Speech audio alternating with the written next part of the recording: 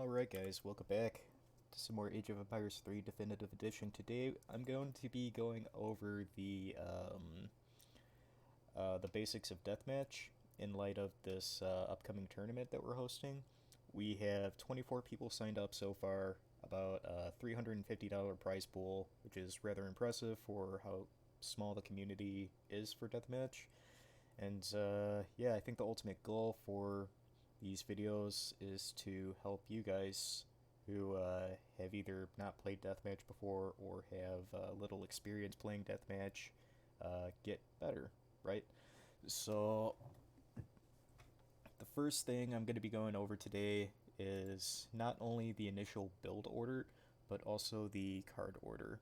So, for this game, as an example, we're going to be using Portuguese, a European civ. Generally, all European civs are going to have mercantilism, which can be purchased at the church. And in Deathmatch, this gives you 5 shipments, which is incredibly important. 5 shipments for most civs, I should say. It gives you 6 for Spain.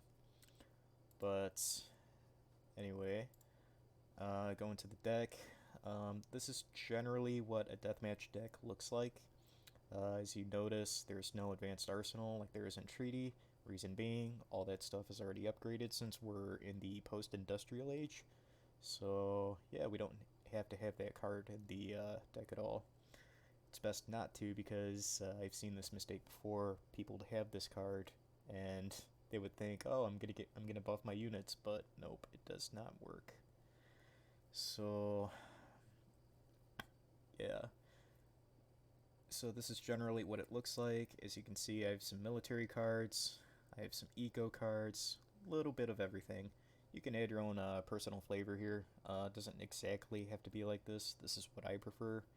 And yeah, the reason why I have military cards is because not only can it help my aggression, like in a certain push, it can also be a really good defense also. So, for example, we have the church card, right? Let's say someone rushes, and I don't exactly have a whole lot of units to hold that off yet, so I could have this sent, go for the Bisteros, along with those Black Rider units, and that will help tremendously in holding off that initial rush. Um, as for the first few cards that you should send, again, it's not only up to you, but it's also up to your opponent as well. So, for example, let's say your opponent really likes to rush with goons, so you could go for riding school here, or alternatively, you could go for fencing school, because not only will that allow you to create skirmishers faster, but you can also create perhaps musketeers or halberdiers, and that could help with certain other units as well. But generally, you're going to see a lot of deathmatch players go for riding school first, stonemasons, and fencing school. Then after that, it's again all about personal preference. You could go for a military push by sending these cards here, along with the Mord card, obviously. You could send your eco cards if you really want to, or depending if you're in a defensive type mode, you could send military cards, right? The church, the cannons here, the 2Ps, so on and so forth. So it's all situational, so you could always adjust mid-strategy if you need to. You don't have to always stick to a certain plan. So with all of that said, I guess let's hop into the first build order you'll see here. So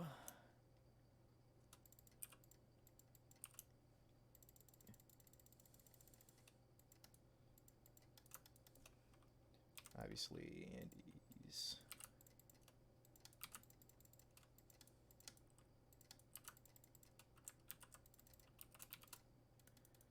So you might be thinking, why are you sending the Minutemen? Well, this is nice in case your opponent decides to get aggressive and send his villagers to the middle here to build. If he does, you will be ready to kill them. And if you do, that's going to hurt your opponent quite a bit, especially if he's a civ that doesn't start out with many villagers like Russia. So if you're ever facing Russia, and you kill those 3 villagers, they're really in a tough position because, well, all they have are the 2 villagers back home, and they're pretty much building houses at this point. They have to wait until that 3 villager spawn comes out, and yeah, if you kill those 3 villagers and take advantage of that early on, that could mean the game. Easy win for you. So as you can see, I got a mixture of everything here. I'm not making units quite yet, but you kind of get the idea. I would probably make some goons to prepare against the rush. I would probably start making skirmishers right now, just in case. You can start making culverins and horse artillery if you really want to. And yeah, as villagers keep spawning, you just want to keep building. So for example, and I know I have Fog of War on, but you could have villagers building some walls right here to protect against the flank, protect your flanks.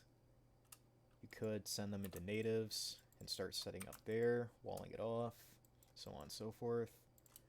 You could build the additional natives here if you're done with the first one, or alternatively, you can start building your eco.